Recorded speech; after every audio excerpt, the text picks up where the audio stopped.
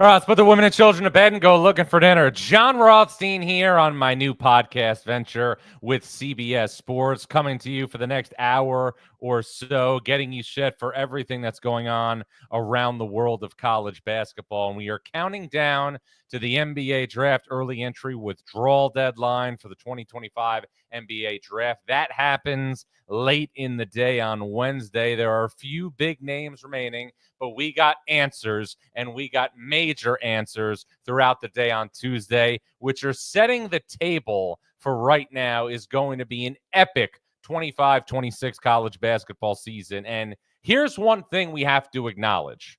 Because of name, image, and likeness, because of the ability for players who are fringe professional prospects to be in a situation where they can now come back to college and make quality dollars playing college basketball rather than forcing a professional career that is not in position to give a lucrative return, college basketball and the product in college basketball continues to be amplified. And college basketball and the product of college basketball continues to be on an upward trajectory. I am going to get into all these developments and more throughout the course of this show. Want you to get into the live chat. Want you to make sure you're hitting the subscribe button and the like button, because that is all that matters. Later in the show, we will be joined by newly minted New Mexico head coach Eric Olen. And I want to remind you again, there is a lot of big news happening with this podcast. We are going to be on Spotify very shortly. We're also going to unveil our name for this podcast that will continue to be a content engine to feed you, the college basketball fan, 52 weeks out of the calendar year. But now, let's get to three big things. The first thing I want to get to is a changing of the guard. And if you woke up on Tuesday morning, you might think that a proclamation that Purdue is the new number one in my Rothstein 45 might be a fabrication. You might think that Aerosmith made a song about a proclamation like this, and it was called Dream On. Guess again, because here's the bottom line at the end of the day.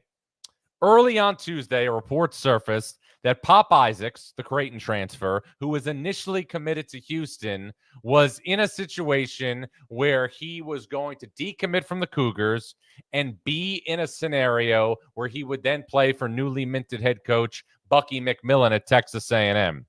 That triggered to me that Milos Uzan was primed to come back for Houston. I did some digging, as well as some other people did some digging, and it was released just about a half an hour later that Milos Uzan was going to return to Houston next season. Now, I am somebody who, again, with Milos Uzan returning, believed that Houston would be the number one team to start next season with Uzan back at the point guard spot.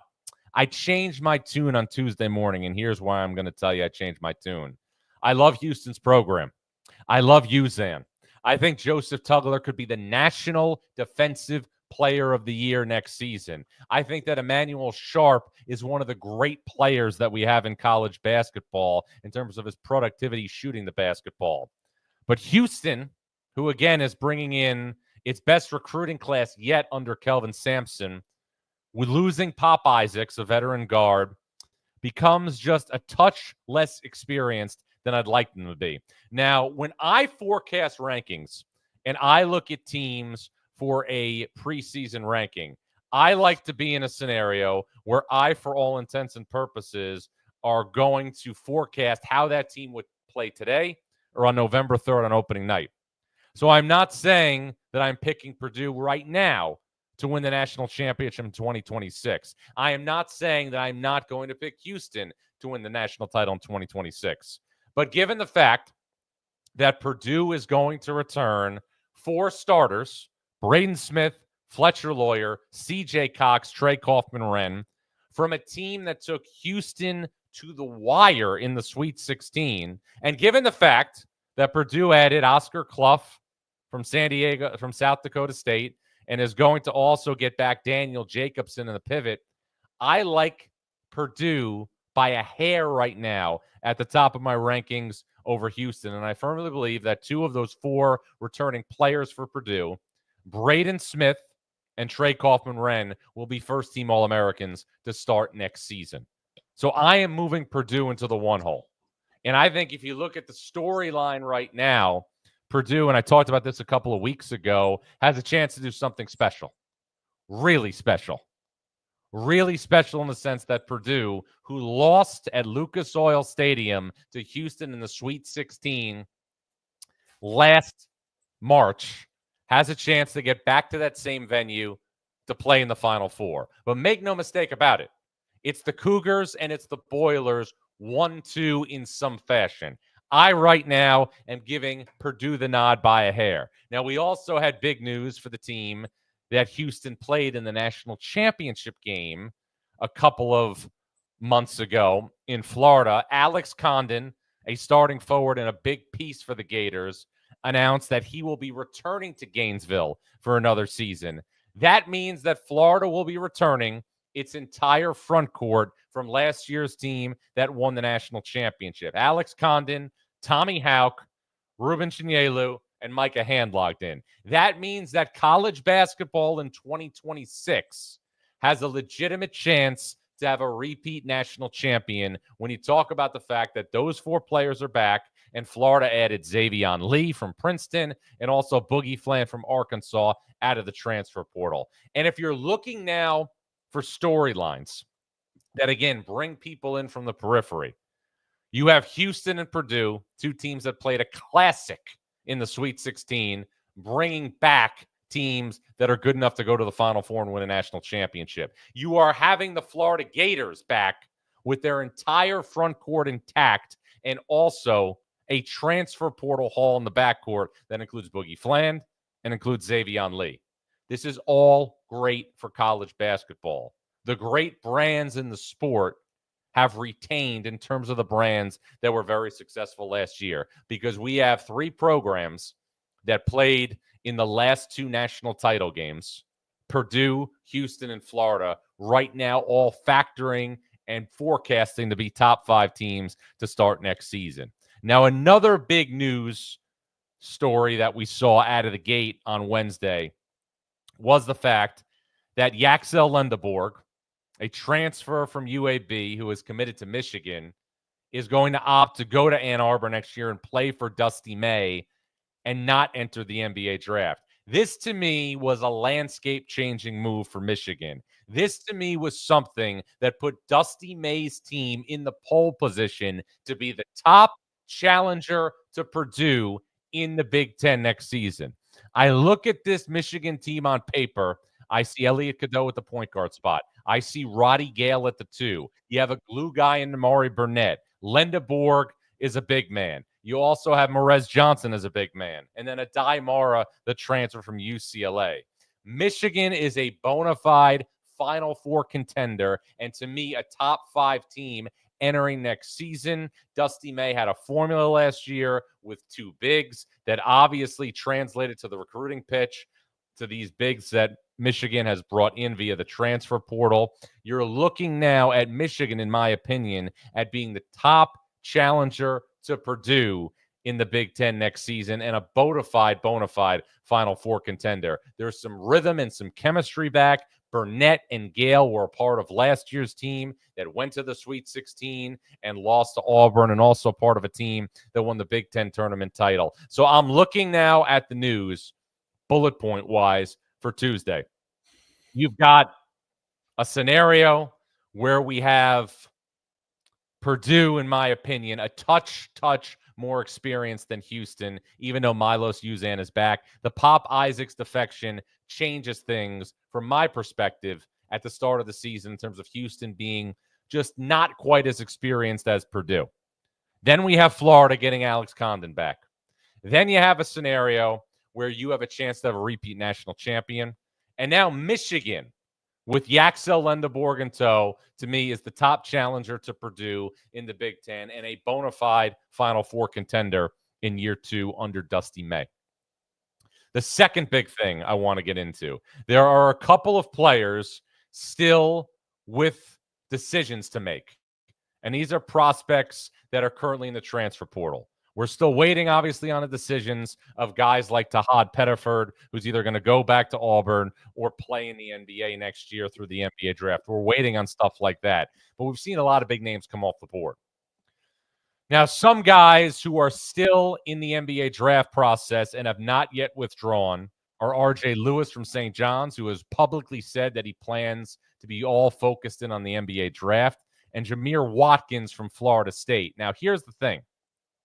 These players, if they go back to college, will be high-level commodities. And if they don't go back to college, which I'm expecting both players to stay in the NBA draft, I don't have that to report yet, but that's what my feeling is. We don't have any official word. They would become heavily recruited commodities. But here's the thing. PJ Haggerty, All-American guard who played at Memphis last year, waited a bit too long to test his market value and make a decision. He went to Kansas State on Memorial Day for a bit of a discount to what he could have gotten on the open market maybe a month ago. And now he's going to go to Kansas State, just like Coleman Hawkins went to Kansas State a year ago, for big time money. Maybe not the money he would have gotten, but still a big-time payday and a big-time addition for Jerome Tang's team. I don't know if Kansas State is an NCAA tournament team next year with PJ Haggerty, but I do know this. Kansas State will have an All-American on its roster next year. Now, one of the reasons why PJ Haggerty was available for Kansas State is because NC State made a decision last week to go in a different direction. NC State, who from everything I'm hearing right now is still not done in terms of its roster construction, added a major piece in Darion Williams from Texas Tech, who was a major focal point in the Red Raiders run to the Elite Eight, where they lost to the eventual national champion Florida Gators. So now I'm looking at things, and I'm looking at the ACC. And we've talked a lot about the ACC on this show. And I'm seeing, obviously, Duke in the one hole. You have to go Louisville, too. Miami is going to be really improved. But I think you can make a case right now that NC State is in position to challenge to be a top 3 team in the ACC in year 1 under Will Wade. Because I'm looking at the ACC right now. There could always be changes to rosters. I'm looking at the ACC. I've got Duke 1. I've got Louisville 2. And then in that 3-4 spot, you go back to the triangle. There's Carolina, and there's NC State, and then there's Miami. And then you might put Virginia in the 6th spot in year 1 under Ryan Odom.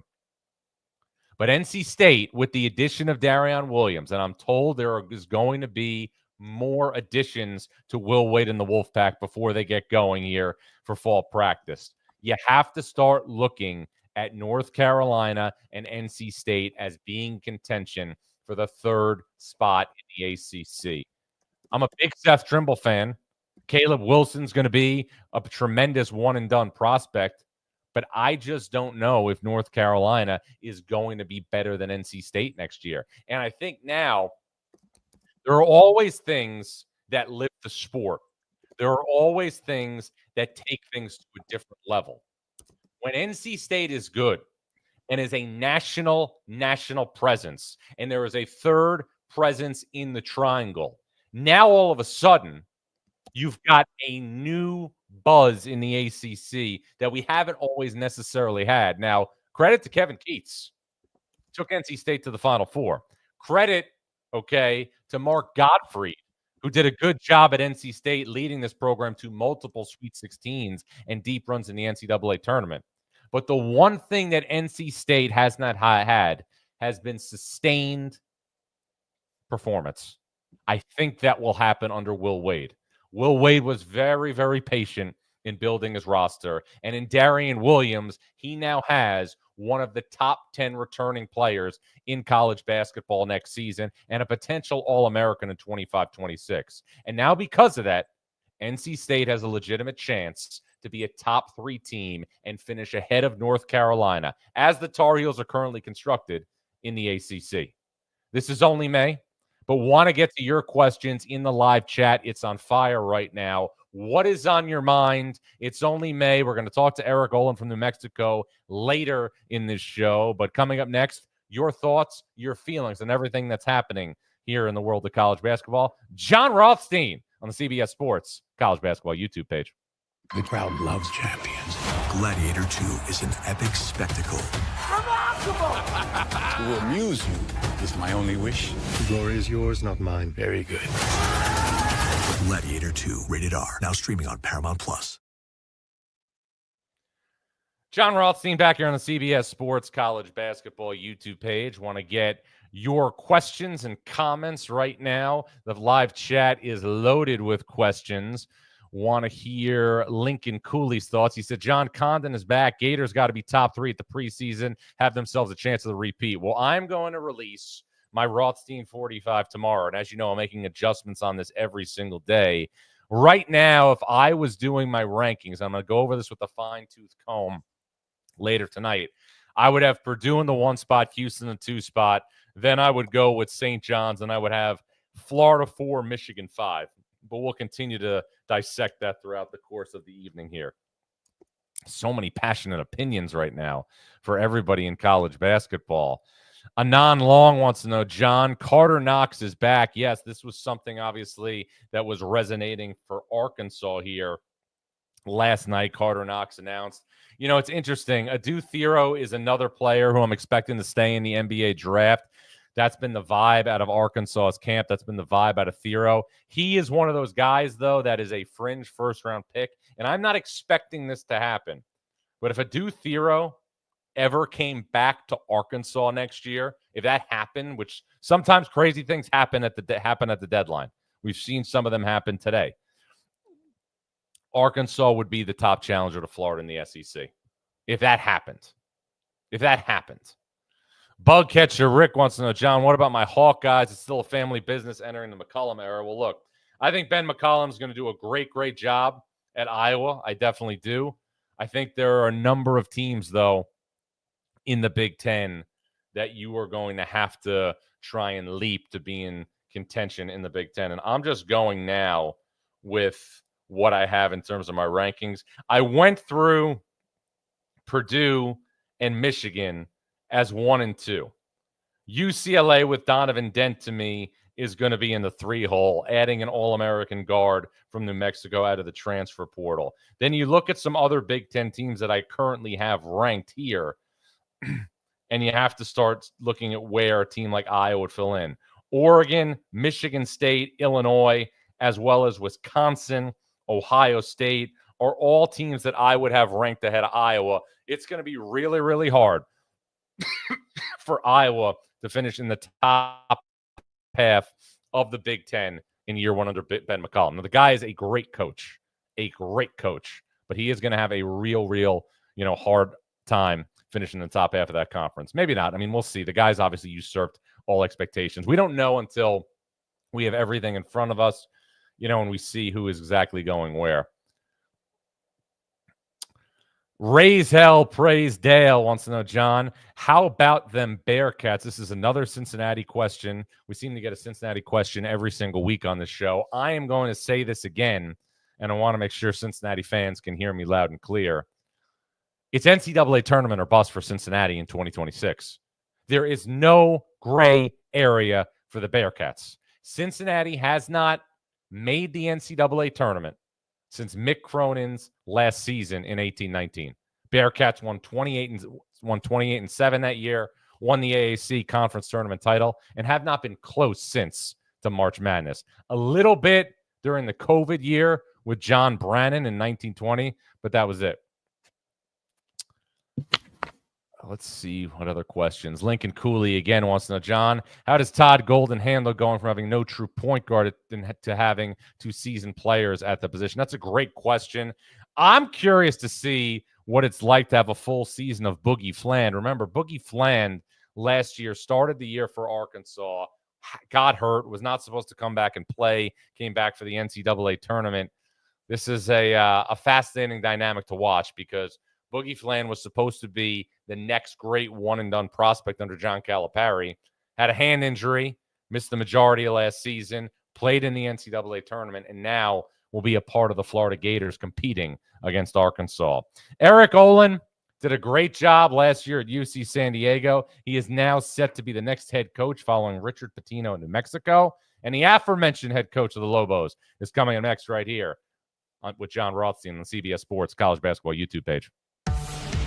When you need your sports news all the time, we've got breaking news to bring to you. CBS Sports HQ gives you a snapshot of all the sports that matter to you. When you need your sports in a snap, find it on CBS Sports HQ, streaming free anywhere you are. All right, welcome back. We'd like to welcome in the new head coach of the New Mexico Lobos. He is Eric Olen. Eric, welcome. What do you think your reaction would have been 5 years ago if somebody said, you know what, in 5 years, you're going to be the head coach of New Mexico? Oh wow, I would have felt like we had a pretty good transition there in that Division I period, and I feel really fortunate the way things have worked out, and really excited to be in the position I'm in now. So appreciate all the people who helped us get here, and looking forward to what's next. Now, you've been in Southern California working for 21 years. I know you've only been away right now for maybe 5 or 6 weeks, but what's it been like to be away from SoCal at the start? Yeah, I mean, it's been different. Obviously, a big adjustment for me and my family, but it's exciting. You know, I think we're looking forward to this next step and this next challenge, and I've really enjoyed the time in Albuquerque. I am looking forward to having my family move out and not be living out of the hotel room. But in terms of New Mexico and all the things there, and it's been. When was the last time? It's exceeded my expectations. I couldn't be happier about how things have played out. Now, UC San Diego was only in Division I for 5 years when you left, but you won 30 games last season and went to the NCAA tournament. How did you flip that program? You know, I think it's just we had the right guys in the locker room.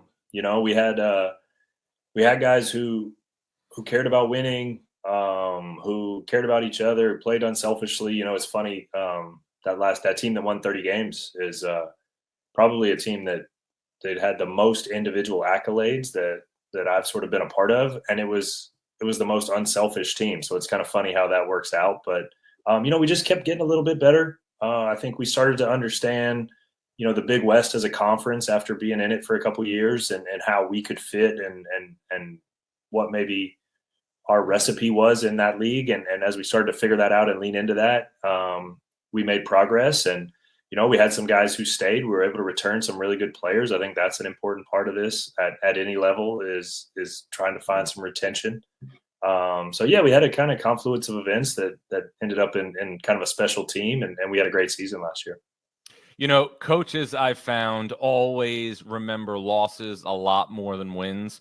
I'm curious, now that you've had, a couple of months to digest it, when you look back on last season, do you remember the 30 wins, or do you remember the near missed opportunity against Michigan in the NCAA tournament? Yeah, I think a lot more about the losses for sure. I think that's consistent. We had a Division I team, a Division II team in 1920 that was 30-1, and basically the one loss is all I remember about that season. But yeah, no, I thought we felt like Michigan's a great team. They're really well coached, fantastic players, but we felt like we had some advantages in that matchup. I thought we got off to a little bit of a slow start, and got a little unlucky on a couple things, and still had a chance to win. So really, I think when you zoom out, you can kind of appreciate the season as a whole and what we accomplished. And, some of those guys, talking to the players too, like afterwards, and I think players do a much better job than coaches about some of that perspective of the wins and losses, and I think they, their perspective of feeling like, kind of living out a dream of playing in the NCAA tournament. A lot of those guys coming from Division II who maybe at stages of their career didn't think that was ever going to be an option for them. That part's really rewarding, and I can take that part away. But like when I think about the season and I go back to the games, like, I have a hard time not focusing on the losses and what we could have done differently. And now you obviously have to focus on what's ahead at New Mexico because that's your next task. I'm curious. I know you haven't coached a game yet with the Lobos, but how does managing a Big West program compare to managing a Mountain West program? Well, we'll get on the court here in a few weeks in the summer, but the basketball is basketball. So I think that part is all going to translate for us. I think the biggest adjustments for me personally is just kind of the interest in the program, the support of the fan base, the enthusiasm of the fan base. It's different there. Lobo Nation is rabid, and they're fired up for what we're going to do and how we're going to build it. And they're, so just sort of understanding that and managing that. And, there's just more media requests. There's more kind of time demands outside of the basketball that I've already felt just in the time that I've been there. That'll be specific to me, an adjustment for me personally. But, I think when we get on the court, the basketball part will be very similar. Now, one of the things that drew people into UC San Diego last season was obviously your unique style of play. You were a really fun watch on offense. I'm curious, when you were crafting your own career as a head coach, whose styles did you want to patent your teams after? Oh, that's a good question. I think that we've stolen from all kinds of people, and I think that's what, right? Like everybody does that. And, I think that we've done a pretty good job of stealing the things that we felt like would really help us and apply specifically to us. And so, there's like iterations of it, right? It's constantly evolving. We're constantly changing and stealing from other people and looking for different ideas. And then you have turnover on your staff and people bring different ideas. And I think the key to all that is just trying to be flexible and adaptable year to year and not just get stuck on any one specific thing. And I think one of the things that we did really well at UC San Diego was really trying to tailor things to our best players and what they did really well, and really start with, okay, if these are going to be our highest usage players, how do we put them in position to be successful? So I think if you look at each iteration, our teams are going to look a little differently based on who the players are. Last year's team was a lot of fun. That started with kind of Niwa Tay-Jones and Tyler McGuy in terms of the offensive focus and what do they do really well. They both had kind of unique games, so that made us a little bit unique in how we played. And it was a really fun team, and we just had really smart, self-aware guys who shared the basketball and kind of understood strengths and weaknesses. But I think like over the years we've stolen from everybody, right? John Beeline's one that comes to mind when they're doing the two-guard stuff at Michigan. We did that for a little while. We've still have some of the concepts, but we changed a lot. You have Bob Ritchie, and before that, Nico Nevet at Furman, who had some concepts that we stole. And, so we steal from everybody. And, the NBA, Europe, anywhere we can find a good idea, we're happy to steal it. And I'm sure a lot of people were stealing from you last season. And, I'm curious about just the emotional toll of all this when you're going through a job as a mid-major head coach. You have a 30-win season. You have to deal with coaching in a one-bid league, even though the Big West was a great conference. Then you play Michigan to the wire. You're a bucket or two away. And then you find out that New Mexico is interested in speaking with you. I'm curious, what was that emotional roller coaster like?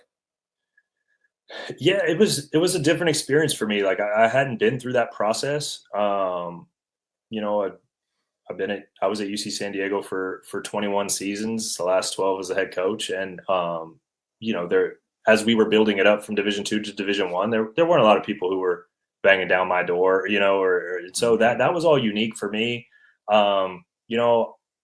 I think that I relied really heavily on my staff. Like those guys were amazing in terms of the amount of work and things that they took off of my plate, where I was able to focus on our team and still be able to kind of manage some of the other things that were coming from the outside as we were having a good season. Because it's not like it just all happened at once. Like it was sort of gradually building, and you could feel that, on my side, you could kind of feel the interest from places building, and that there might be some opportunity at the end of it. But it's nice because you go in the locker room and you just talk to your team about, hey, we got to focus on things that we can control and right, keep our priorities where they are. And it's kind of like, well, as I'm saying it, it's a nice reminder for me of, hey, I need to do the same things and make sure that I'm giving them my full attention when it's required, and try to make sure that we're able to still accomplish the things that we want to accomplish. And I tell our players all the time, right? Like the best thing they can do for themselves individually is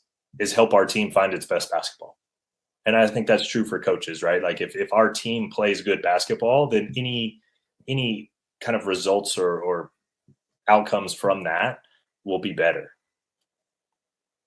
What's the impression so far of the roster you've put together in New Mexico? I'm excited. I think it'll be a different challenge for me again. We will only have one player on that roster that has played for me. We had a second who was on our team but was injured and didn't play on the court. But so brand new, starting from scratch. But I like the group we put together. I think we're long. I think we're athletic. I think we have a chance to be an excellent defensive team with a lot of defensive disruption and playmaking on that side of the ball.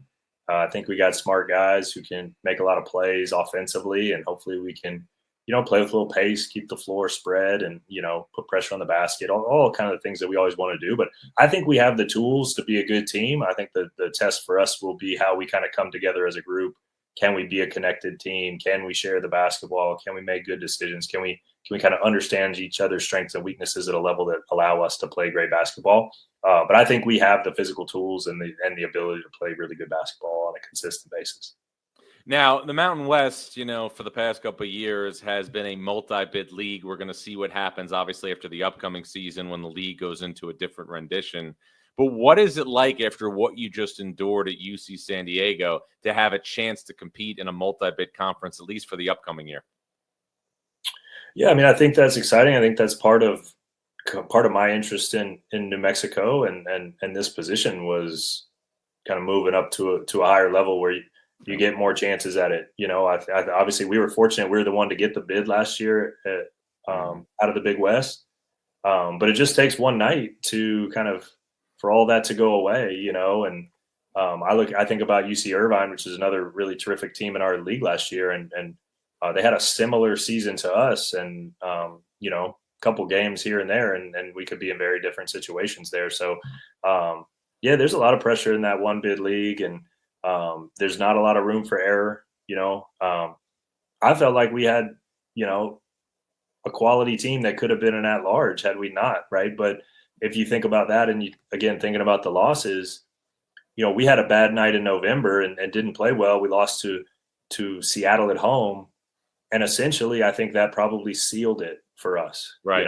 Like in retrospect, I don't think we would have gotten the at-large like the way things played out, and it was just one bad night at the very beginning in our fourth game of the season that essentially would have eliminated us, and you have zero room for error from there.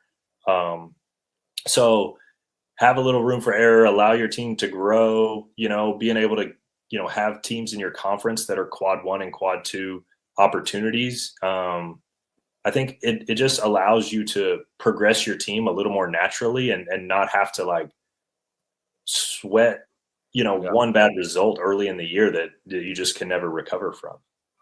Well, you used the term at large there in one of your responses, which is a tremendous transition because the goal now, in addition to putting together a quality roster, is to put together the chance to have an at-large resume. What little snippets can you share of New Mexico's non-conference schedule for the upcoming season? Yeah, well, it's still a work in progress. When taking over late, you always got a little work to do on the schedule. So we're working on that. But we do have some great opportunities in the non-conference. We're playing in the Hall of Fame event in Kansas City with Nebraska, Kansas State, and Mississippi State. So that's a tremendous opportunity for us. We have a return game to VCU, who, obviously they have some turnover there as well, but is traditionally a super strong program. And I know Coach Martelli will have them ready to go and have another great team there. So I think those are some of the kind of quad 1 and 2 opportunities that we have in the non-conference that we're excited about. Final thing, Eric, regardless of the wins and the losses, what are the biggest things you want to accomplish in your first season at New Mexico? Yeah, I think it's important for us to just kind of set the tone for how we do our business, how we take care of our business, right? And what we do on a daily basis, because that's the stuff that will dictate the wins and the losses. Everybody sees what happens when the lights are on and the results get posted. But that's all a byproduct of the work that comes before. And so I think the biggest thing for us is sort of just setting the standards and creating the habits that we need to be successful. And and hopefully that will build towards the results. I think we've always been a process driven, we want to be process driven in how we do it. And so I think it's that part, right? Like, we want to win every game we play. Like, we expect to be competitive and have a high level team from the start, but it's also about building a foundation from habits and right. We're not taking over a program that was struggling, right? Like, we're taking over the Mountain West regular season championship program here. So the bar is really high, but we still have to develop our own standards and habits that will allow us to compete at that level consistently. So I think that's the most important part for us. Well, Eric, it's going to be a lot of fun to cover. Appreciate a couple of minutes. Congratulations on the job and all your success, and look forward to staying connected along the way. Thanks a lot, John. Appreciate you having me on. You got it. That is New Mexico head coach Eric Olen. We will be back after this. Critics are buzzing about the new season of Yellow Jackets.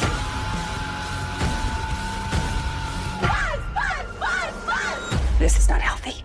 Yellow Jackets' new season, now streaming on the Paramount Plus with Showtime plan. All right, I'd like to thank New Mexico head coach Eric Olen here for joining us on the CBS Sports College Basketball YouTube page. John Rothstein back. 3 good nuggets now before we get out of here. One thing I've been thinking about for a long, long time. We are seeing a pivot in non-conference scheduling in college basketball. We are seeing fewer early season tournaments of significance. We are seeing fewer tournaments with 3 games in 3 days and so on and so forth. We are seeing fewer challenges between conferences.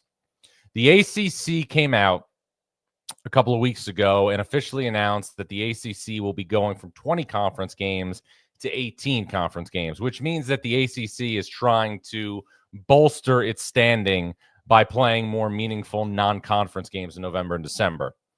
Now, the Big East used to have 2 challenges: the Gavitt games with the Big Ten and the Big East Big 12 battle with the Big 12. Neither are in existence. It would behoove the ACC and the Big East, in my opinion, to put their top 6 teams together based on net projections up against each other on an annual basis. I understand it gets hard to do when you're talking about an 11-team league and an 18-team league. Teams are going to get left out. But if you look at these conferences and you look at the difficulty they have had to get a certain number of teams in the NCAA tournament, I think you need to start looking, if you're the ACC league office, if you're the Big East league office, about having some sort of a challenge between these 2 programs or these 2 conferences. Because think about it for a sec. If you're looking at the ACC's top 6 teams right now entering next season, Duke, Louisville, Carolina, NC State, Miami, Virginia. If you're looking at the top 6 teams in the Big East entering next season, who would you probably say? St. John's, UConn, Creighton, Marquette. I think you could make a case for several other teams, Georgetown, Providence, so on and so forth. But you need to find ways to create excitement around your best brands. If St. John's and UConn are the 2 best brands in the Big East, that would mean that if this was a challenge type scenario and you're creating made-for-TV games, one of those teams would play Duke. The other team would probably play Louisville. That is a great thing for your conference. It's a great thing for November and December college basketball, and it's a great thing for college basketball as a whole. And remember, the ACC recently altered its structure of league games to play 2 fewer games for that very reason. Now, another thing that's a nugget I want to point out, a very interesting home-and-home series is going to happen starting next season in Spokane on November 11th. Gonzaga and Creighton will start a home-and-home series at the Kennel on November 11th. There will be a return game the following year in Omaha. That is a great early season game between Gonzaga and Creighton. And then nugget number 3, Hubbard's homecoming. Josh Hubbard from Mississippi State, and this is a good nugget for the college basketball hoops junkie, announced last week that he will be returning to Mississippi State. He went through the NBA draft process. He is a potential All-American, a dark horse All-American entering next season. His return sets the table, along with the addition of Georgetown transfer Jaden Epps, for Mississippi State to go to 4 NCAA tournaments in 4 years under Chris Jans. Mississippi State is always that SEC program that's kind of laying in the weeds and winds up in the bracket on Selection Sunday. The next time I talk to you, we will have full clarity at least on who's staying or who's going in the NBA draft, and pretty close to full clarity, in my opinion, on what's going to be on paper for the 25-26 college basketball season. Would like to thank New Mexico head coach Eric Olen for joining us. I'm John Rothstein. Remember, this is only May.